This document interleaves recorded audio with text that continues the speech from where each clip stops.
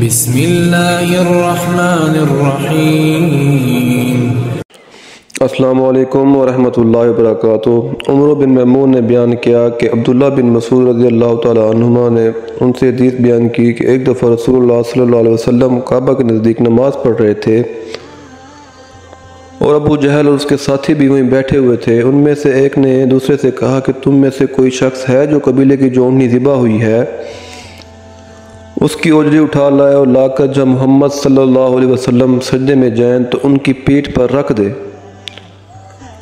یہ سن کر ان میں سے ایک سب سے زیادہ بدبخت آدمی اٹھا اور وہ اوجری لے کر آیا اور دیکھتا رہا جب آپ نے سجدہ کیا تو اس نے اس اوجری کو آپ کے دونوں کندھوں کے درمیان رکھ دیا۔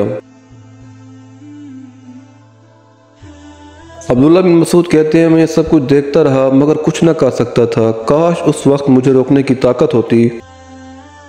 عبداللہ کہتے ہیں کہ وہ ہنسنے لگے اور ہنسی کے مارے لوٹ پوٹ ہونے لگے اور رسول اللہ صلی اللہ علیہ وسلم سجدہ میں تھے، بوجھ کی وجہ سے اپنا سر نہ اٹھا سکتے تھے، یہاں تک کہ فاطمہ رضی اللہ تعالی عنہ آئیں اور وہ بوجھ آپ کی پیٹھ سے اتار کر پھینکا۔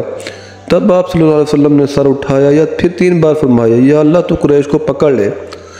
یہ بات ان کافروں پر بہت بھاری ہوئی کہ آپ صلی اللہ علیہ وسلم نے انہیں بد دعا دی۔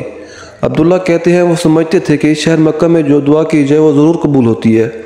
پھر آپ نے ان میں سے ہر ایک کا جدا جدا نام لیا کہ اے اللہ ان ظالموں کو ضرور ہلاک کر دے۔ ابو جہل، عتبہ بن ربیعہ، شیبہ بن ربیعہ، ولید بن عتبہ، امیہ بن خلف اور عقبہ بن ابی معیط کو 7ویں آدمی کا نام بھی لیا مگر مجھے یاد نہیں رہا۔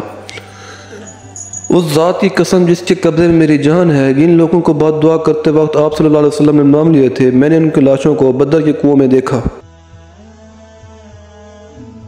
اگر ویڈیو پسند آئی ہو تو لائک کریں، کامنٹ کریں اور شیئر کریں۔